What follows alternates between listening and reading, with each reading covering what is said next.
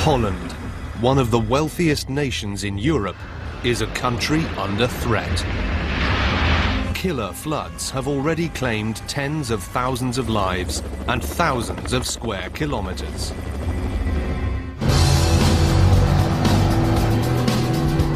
But the Dutch are fighting back, building a series of unique and complex megastructures designed to shut out the sea. Together, they are the biggest, most sophisticated flood defences ever built.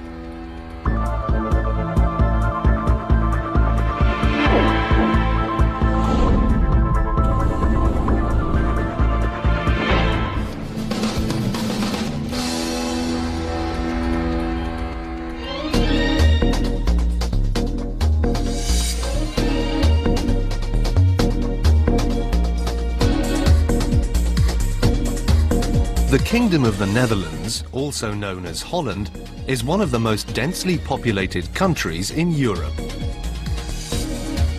It's also the third biggest agricultural exporter in the world. Land is precious here. The wealth of historic Amsterdam and the status of Rotterdam, the world's largest port, have put Holland on the map. But the Dutch are living life on the brink.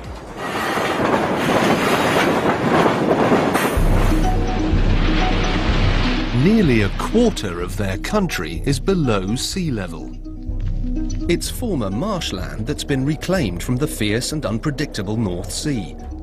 For centuries, the Dutch have been waging a war with the water, trying to hold on to their land.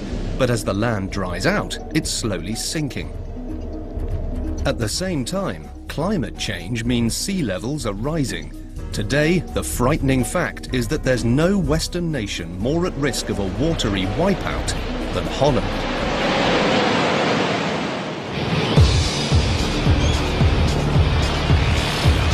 The Dutch response has been extreme, to build a series of giant barriers to hold back the ocean. These defences now stretch the length of the country, and together are more than twice as long as the Great Wall of China.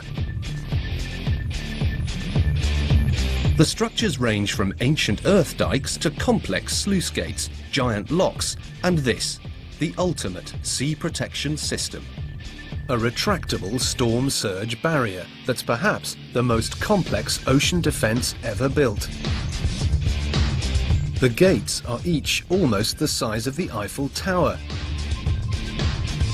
When the computer senses danger, 15,000 tons of steel swing shut on the largest ball joints ever made.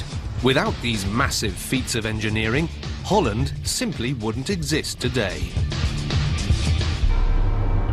For the Dutch, the constant fear of flooding is a way of life, and the barricades a matter of survival. It's a lesson they've learned the hard way. My grandmother was killed only a few hundred meters from our place. She lived alone in a small house, and it all collapsed. She was stuck in the roof and she was trapped. In the last 50 years, the Dutch have spent an unbelievable $2.5 trillion on flood protection. Looking ahead, they've earmarked a further 25 billion over this century. All spent, as they say, to keep their feet dry. But for how long can they hold back the sea? My whole village, well, you see there's my house, you won't see any window at all, and my whole village will be flooded and inundated. There may still be worse to come. New evidence is suggesting that this spectacular collection of seawalls may not be enough to save the Netherlands. The combined effects of climate change, sea level rise, and the relentless sinking of their hard-won land may yet prove too great a challenge to combat. Looking at the extraordinary string of megastructures that hold back the water, it may seem the battle has been won. But unfortunately for the Dutch, their war against the elements is far from over. The ocean is one of the things that's really unknown, and you never know what's going to happen tomorrow, or 1,000 years, or 10,000 years. So the story is the same along nearly the entire Dutch coastline. 3,500 kilometres of dunes and dams, locks and levees, all built to hold back the water. It's a basic fact of life. If your land is below sea level, as a quarter of modern Holland is, you have to keep the ocean at bay. The problems the Dutch have now began at the end of the last ice age. With the melting of the ice, the sea level rose, creating the North Sea, and with it, hundreds of thousands of acres of coastal swamp. The monster ice sheet had been weighing down the very northern parts of Europe. As it melted, it got lighter, so the landmass has been tilting like a giant seesaw, rising in the north and slowly dipping these coastal zones further down into the sea. It was this slowly sinking tidal peat bog that was to become the Kingdom of the Netherlands. For centuries, the Dutch have been waging a war with nature, fighting to win back land from the sea. Using windmills and pumps, they've drained the coastal bogs and converted them into fertile farmland. Earth walls called dikes surround the farmland and keep the water out. It all started on a very small scale. Individual landowners felt the need to drain their land, and they were willing to bear the cost for that. As the saying goes, God created the earth, the Dutch created Holland. By the end of the 19th century, there were some 10,000 windmills draining and reclaiming day and night. Today it houses a population of 16 million people in less than twice the space of New Jersey and possesses some of the most fertile, productive land on the planet. If Holland floods, there's a great deal at stake. Here at the Aalsmeer flower auction, for example, more than 20 million flowers and plants change hands every day. 80% of the produce is homegrown. It's the Wall Street of the horticultural world and $1 billion business.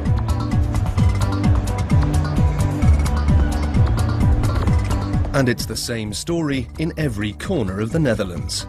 Rich, fertile soil, flat, farmable land and easy, efficient water transportation means business is booming, making this tiny country the third largest agricultural exporter in the world, with the busiest seaport on Earth.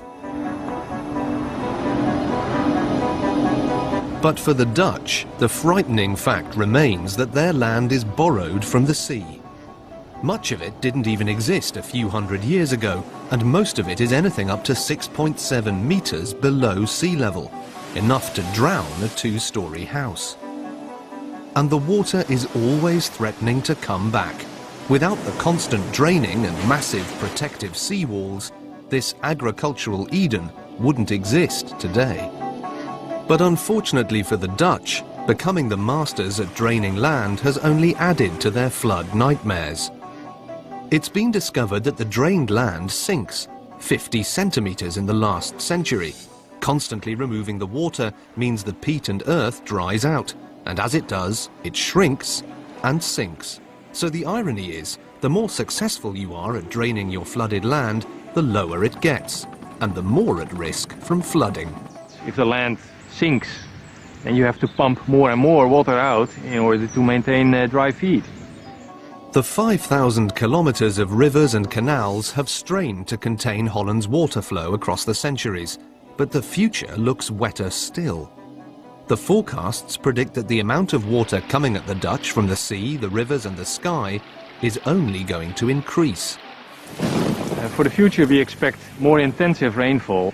At the same time we expect higher sea levels. And higher seawater levels plus more wind will mean more attacks on the flood defenses. With over 2,400 kilometers of defensive dikes under attack, collapses happen.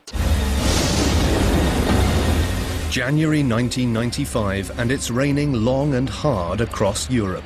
By the 1st of February, 250,000 people, 300,000 cattle and 1 million pigs have been evacuated.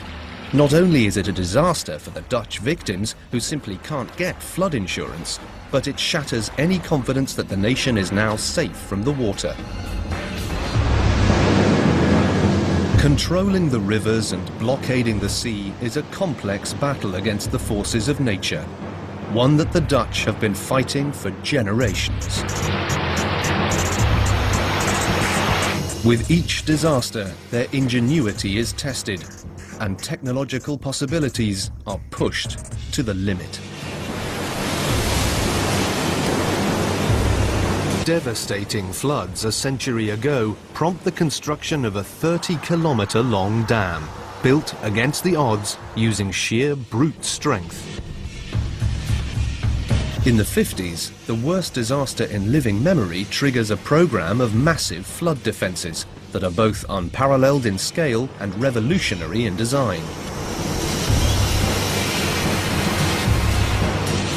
Today, as the rising waters threaten once again, the Dutch face the prospect of a future in which they must either sink or swim. The next generation of megastructures could be whole cities that take to the water instead of fighting it.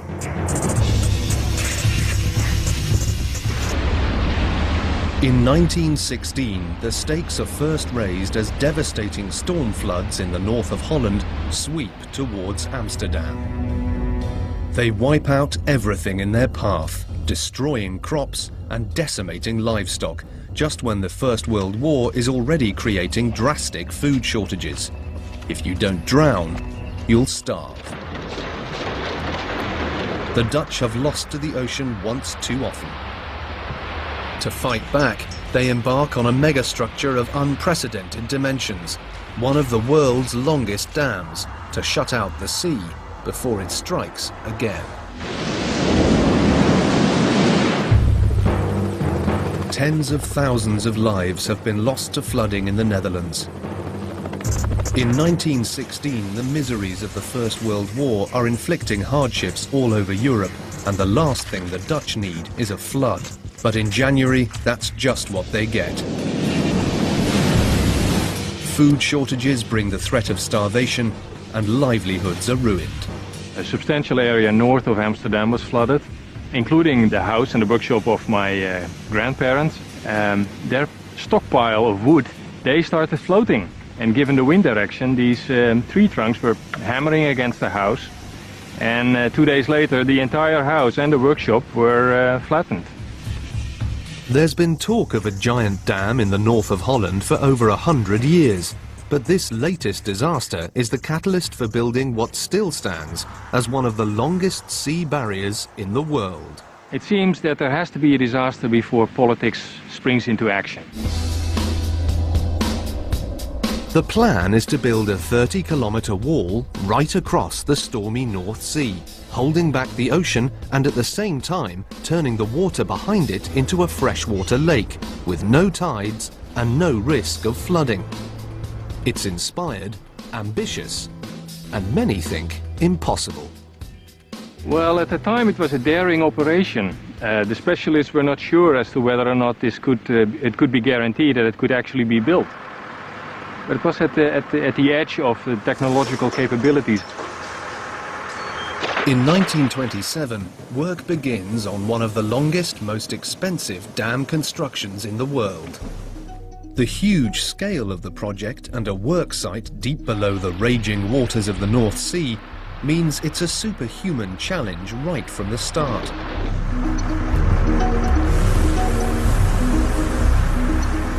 First, the basic building materials must be gathered. These consist of sand, clay, and rocks.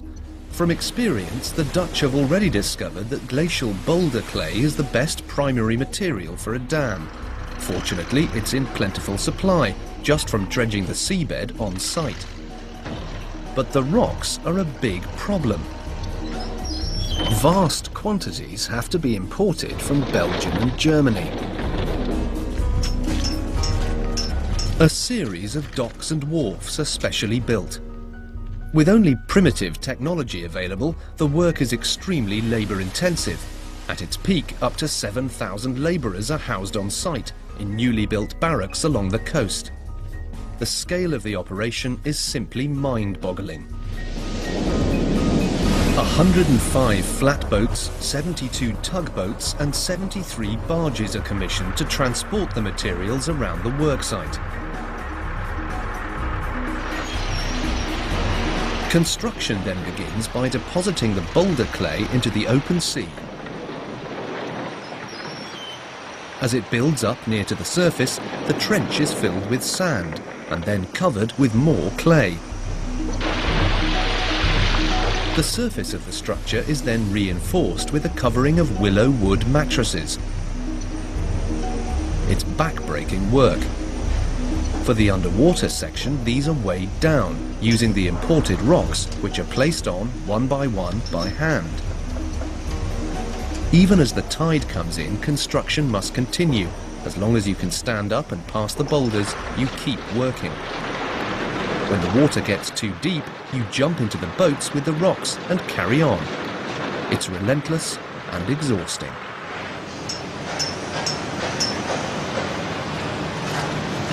Using sheer force of will and a great deal of sweat, the closure dike grows across the North Sea.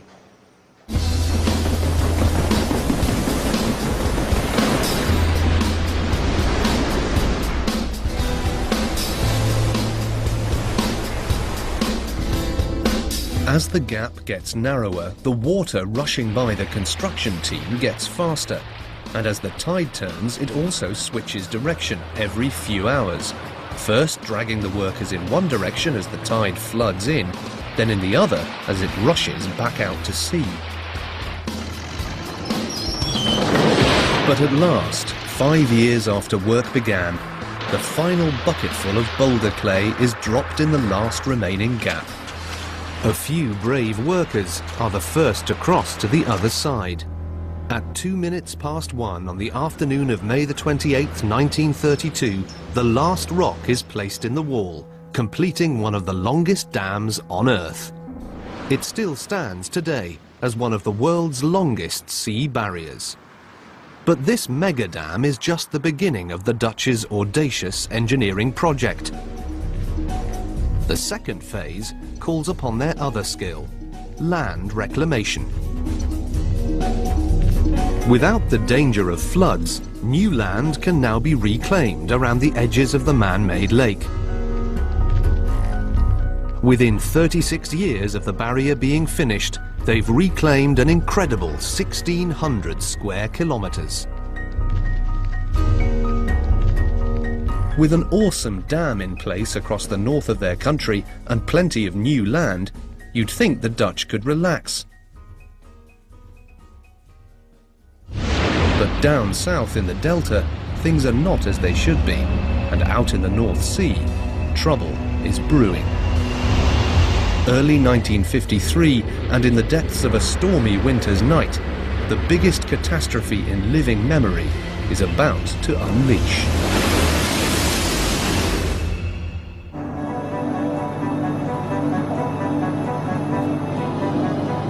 With the coast of North Holland now protected by the giant new closure dam, the Dutch think they can take their eyes off the ocean. They're wrong. It's late January 1953, and a storm is building that no one is prepared for. Out in the North Sea, what's called a storm surge is beginning to form. As the high winds blow across the surface of the sea, they push up a growing swell of water ahead of them. This bulging tide gathers momentum and builds up as it pushes inland. When it hits the coastline, it can turn into a wall of water as much as 7.5 meters high or more. It engulfs everything in its path. On the last day of January, a northerly gale sweeps water from the North Sea down between Scotland and Norway, directly for the coast of Holland.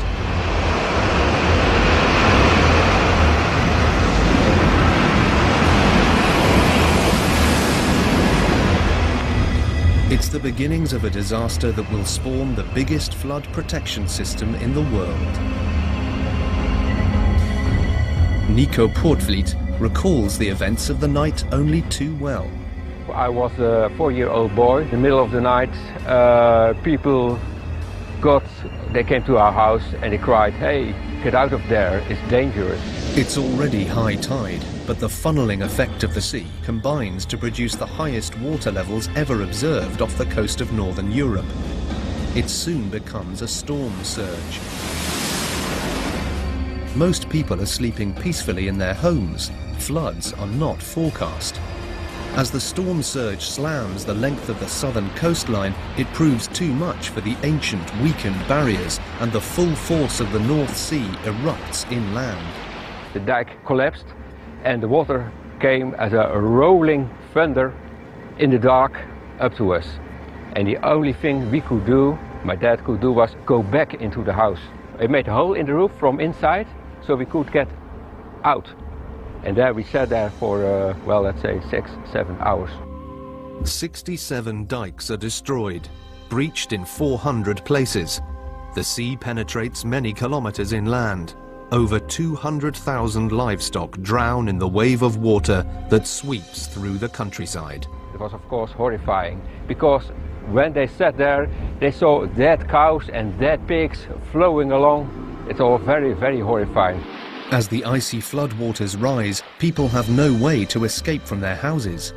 My grandmother was killed only a few hundred meters from our place. She lived alone in a small house. She was stuck in the roof and the house collapsed and she was trapped in. 1,835 people are killed, trapped in their homes or drowned trying to swim in the freezing floodwaters. 72,000 people are evacuated, thousands are left homeless, and many livelihoods destroyed. It's months before the last breach is closed, but it's clear that Holland's simple old defences can no longer protect the country from disaster.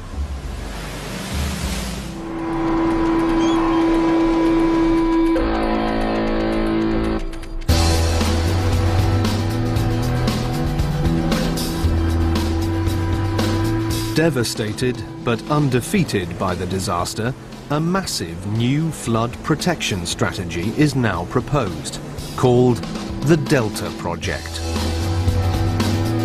It's an incredibly ambitious concept, to build a string of defensive sea walls that block off southern estuaries.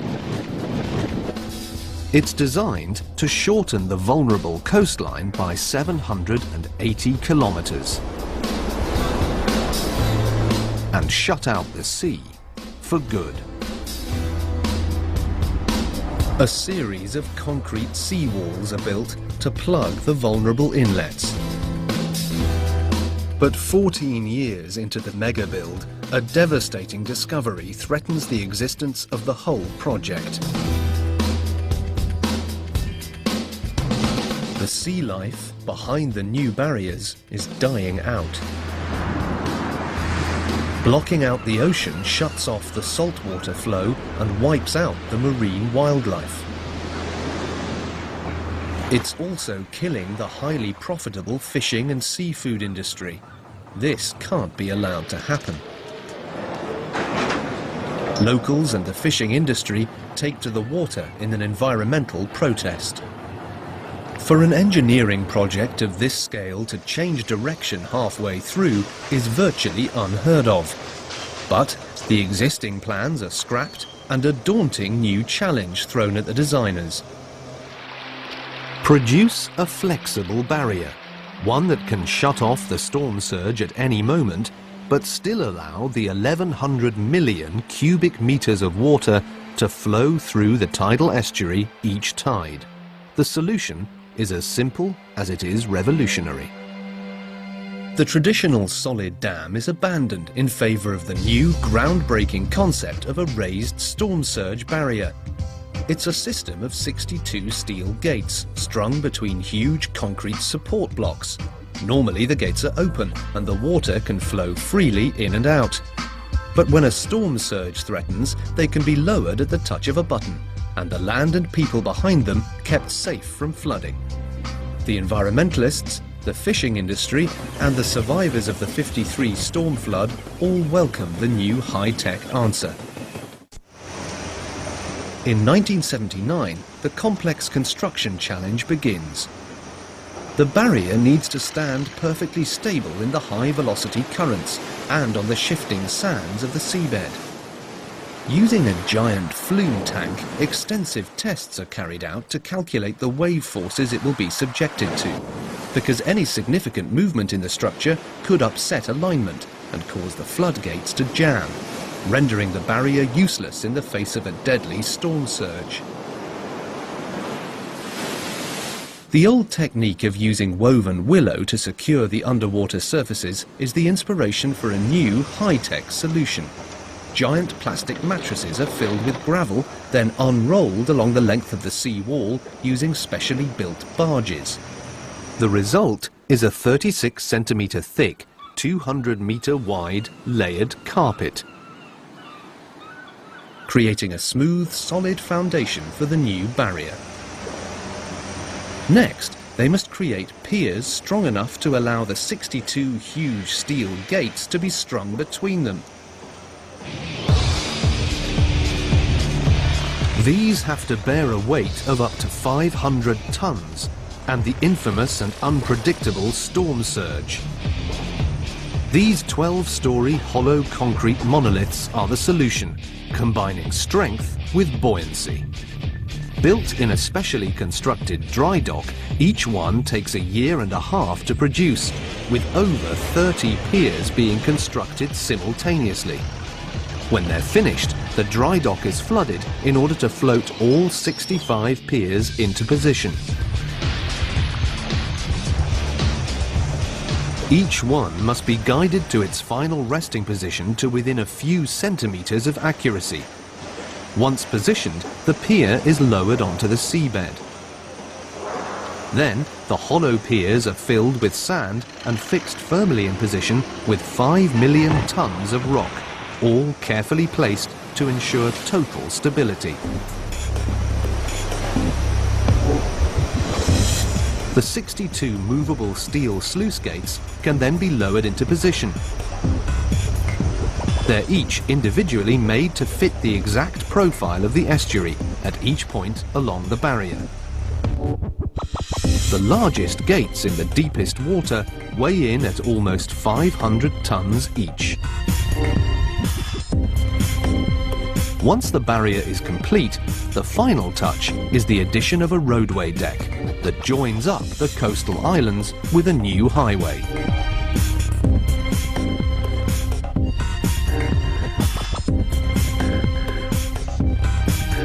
The result is a barrier that shuts out the sea, opens up transportation, and is the largest tidal sea barrier in the world.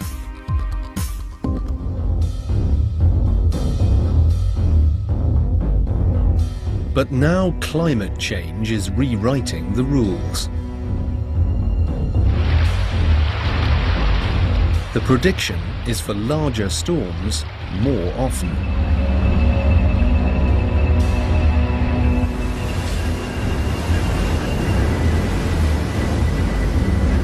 People like my mother,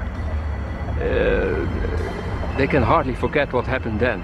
Every time it's storming now, she thinks, will it be high enough? Will it be strong enough? Will we face a disaster like in '53? And I can say 1,000 times, Mom, you shouldn't be afraid. We are safe now. Every time she thinks, well, is that true? Is that true? With the final barrier complete, Holland's delta area is now secured. There's just one last vital gap to close in Holland's sea wall. But in this case, the challenge seems impossible, because here there must be no obstruction whatsoever. The new waterway is the entrance to Rotterdam, the Dutch superport. It serves 350 million Europeans and handles over 100 million tons of cargo a year for America and Asia. The waterway must remain open to shipping.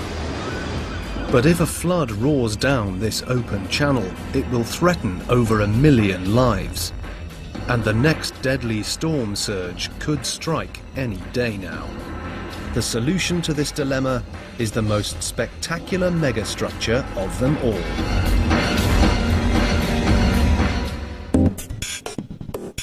These extraordinary-looking constructions are Holland's latest megastructure.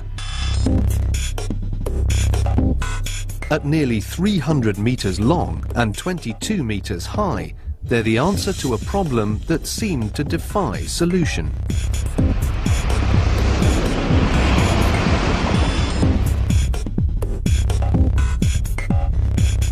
Rotterdam is the busiest seaport in the world. But this jewel in Holland's economic crown is also its Achilles heel. To blockade the shipping superhighway with flood defences would be economic suicide. But if a storm surge sweeps up this 360-metre wide channel, it will threaten Holland's industrial heart and place millions of lives at risk. So how, on such an enormous scale, can you stop a storm surge racing in from the North Sea without stopping the ships? Yet again, the Dutch have come up with an extraordinary megastructure that's turned the heads of the engineering world. So they came up with the idea of some large floating structures that could precisely be floated in place and locked in place on really a moment's notice.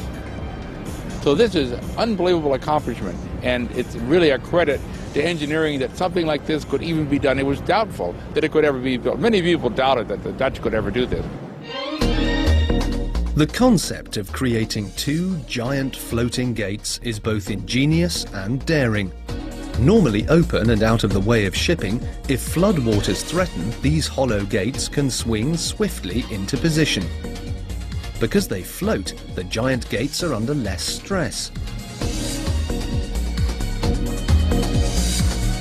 Once in place, valves in the lower sections of the gates are opened. They fill with water and sink, closing off the new waterway the moment a storm surge is imminent. But for this megastructure to work, the gates must lower onto a flat surface. Extensive trials are performed in a test tank to determine the best materials for the foundations. The challenge is that as the gates close, the gap shrinks. The water rushes faster, threatening to tear apart the foundations. So the designers decide to build their own customized bed. This is perhaps the most spectacular feat of the entire mammoth project. They dig deeper than a two-story building and then build the floor back up in layers of sand, gravel and rocks until a perfect foundation is in place. The permeable layers allow some water to filter through them, reducing the force of flow under the gates so these foundations don't get washed away. Then, 64 630-ton concrete blocks are fitted together on top of this base to form a solid ledge. When the gates are not in use, this ledge becomes buried in silt. But as the closed gates lower onto the bed, the rushing water that gets squeezed underneath through the closing gap blasts them clean, creating a perfect watertight fit.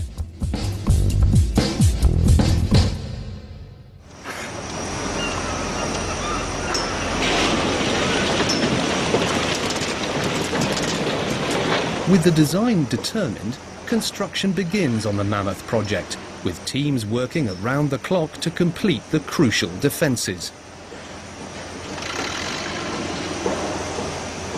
The bases for the gate's hinges are critical to the structure. Together, they are capable of handling a force of 70,000 tons, and during the heaviest of storms, they'll need to.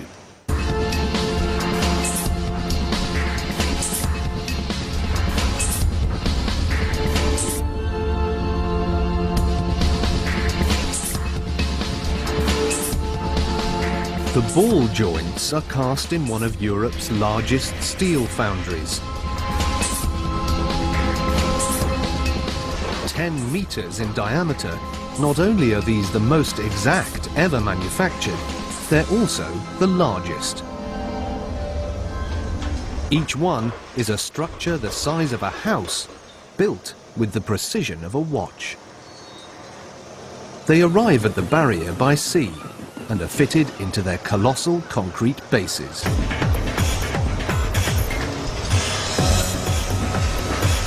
The trusses, made of up to 9 centimetre thick steel tubing, are each assembled section by section on site.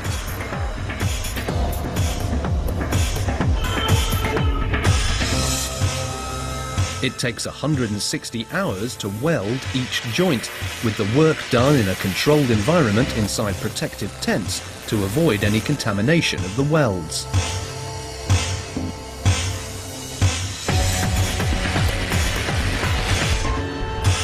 The whole arm will only be as strong as its weakest weld. When finished, each gate is almost as long as the Eiffel Tower. These 300-metre-long arms are the final part of the most complex sea protection system ever built. The linchpin of the whole project is the computer-controlled decision support system, codenamed BOS. Only this computer can decide if the gates are to close. It receives constantly updated weather and wave height information from ships at sea, remote buoys and weather stations. The decision to close the gates relies solely on the computer predictions. People can't decide when or if to close the gates. The decision is too important to risk any human error. They must wait on a computerized hair trigger.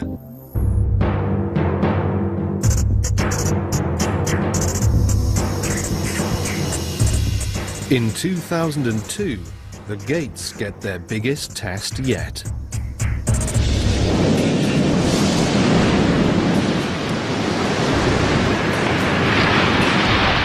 27th of October 2002, and the water level predictions aren't looking good. A prolonged period of rain has filled the rivers to bursting. At the same time, an area of low pressure is moving down the North Sea.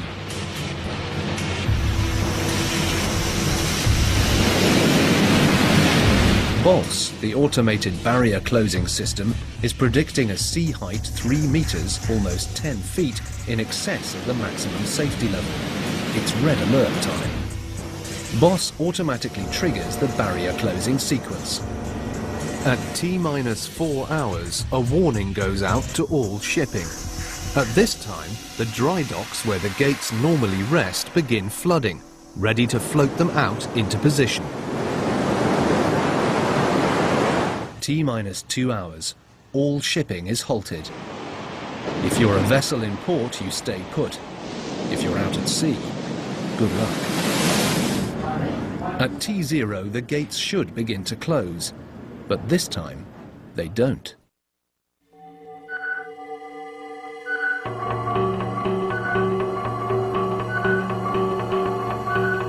BOS has been crunching the numbers, and the new storm surge is now 2.99 meters.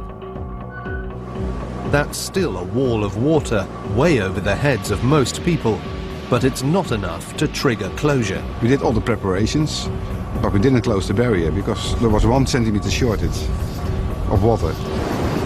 The computer has held its nerve, trusting the forecasting data and aborting the closure sequence. The reason it's left entirely to a computer is that a human being, particularly one with a family or home the other side of the barrier, might act differently. If you think the water is that high that your house is going to flood, you close the barrier. Computer don't. The shipping companies, the lifeblood of Rotterdam, are happy that an unemotional machine decides whether or not to shut down their main waterway. The barrier management put their trust in BOS. If the worst should happen, a storm surge will be halted and the people and businesses behind them protected. So with the last opening in Holland's North Sea wall now closed, surely it must be time to relax. Finally, are the Dutch safe? The answer, yet again, is no. In the latest cruel twist, climate change and sea level rise are now threatening everything the Dutch have done so far. But once more, the response has been extraordinary.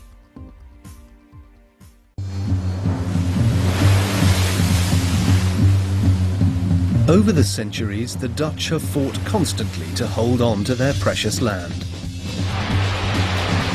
In the face of each new disaster, they've developed sophisticated and groundbreaking solutions to achieve a string of incredible engineering feats. Without this North Sea wall, the Netherlands would be around half the size it is today. The massive Delta Plan has reduced the risk of severe flooding to a mere once in every 4,000 years. It has culminated in a system of sea walls that combine ingenuity with innovation and have successfully completed the world's largest ocean defence network.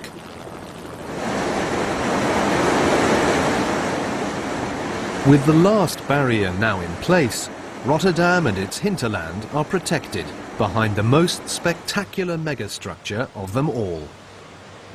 But change is in the air, and for the Dutch, it's not good. Their country has been swallowed by the sea before, and the melting of the ice caps is raising sea levels all over the world again. Climate change is whipping up more violent storms. As rainfall increases, now Europe's rivers are filling to bursting and creating a new risk of flooding. The barriers built to shut out the sea won't work inland, so the Dutch have a radical plan to stay in control.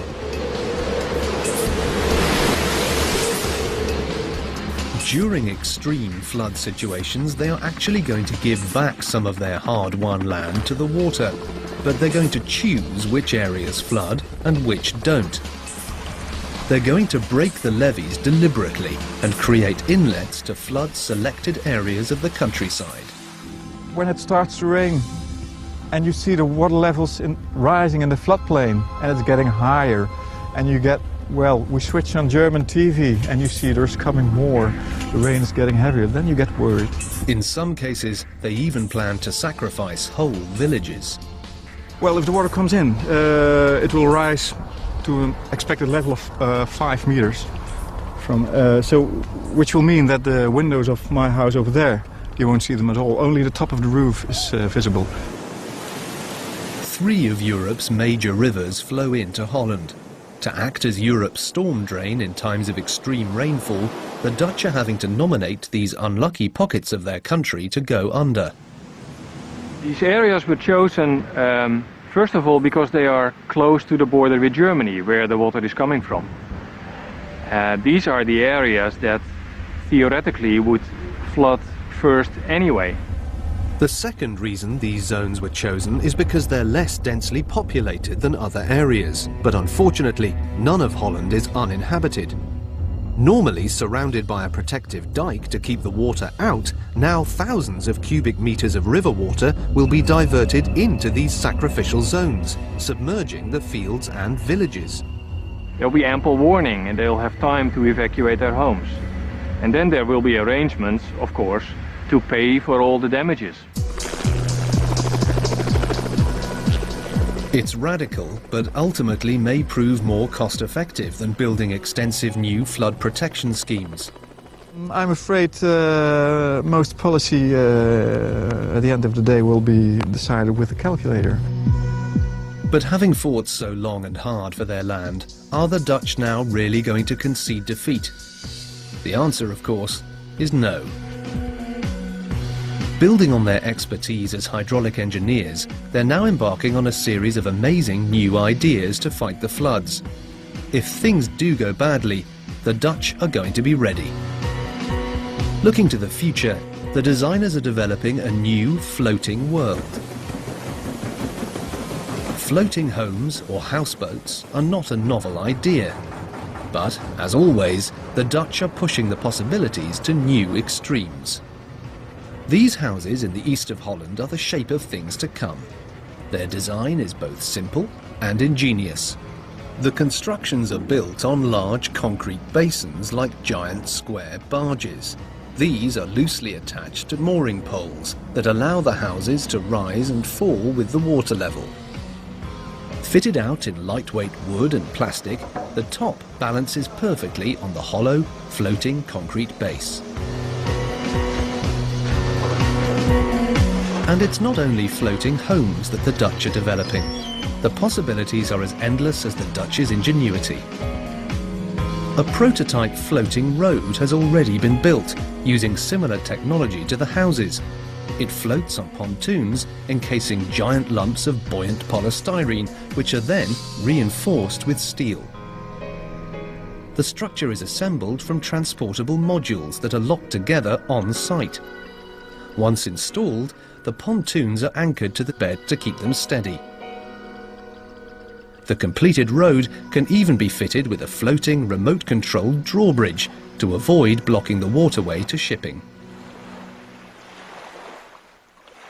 The people of the Netherlands have always used cutting-edge technology to overcome the tremendous forces that challenge its very existence. The dams, dikes and giant gates of their North Sea wall are the crowning example of Dutch engineering skills. There are no people on Earth more inventive and experienced in water management. But that's taught them better than any nation that you can't take nature for granted.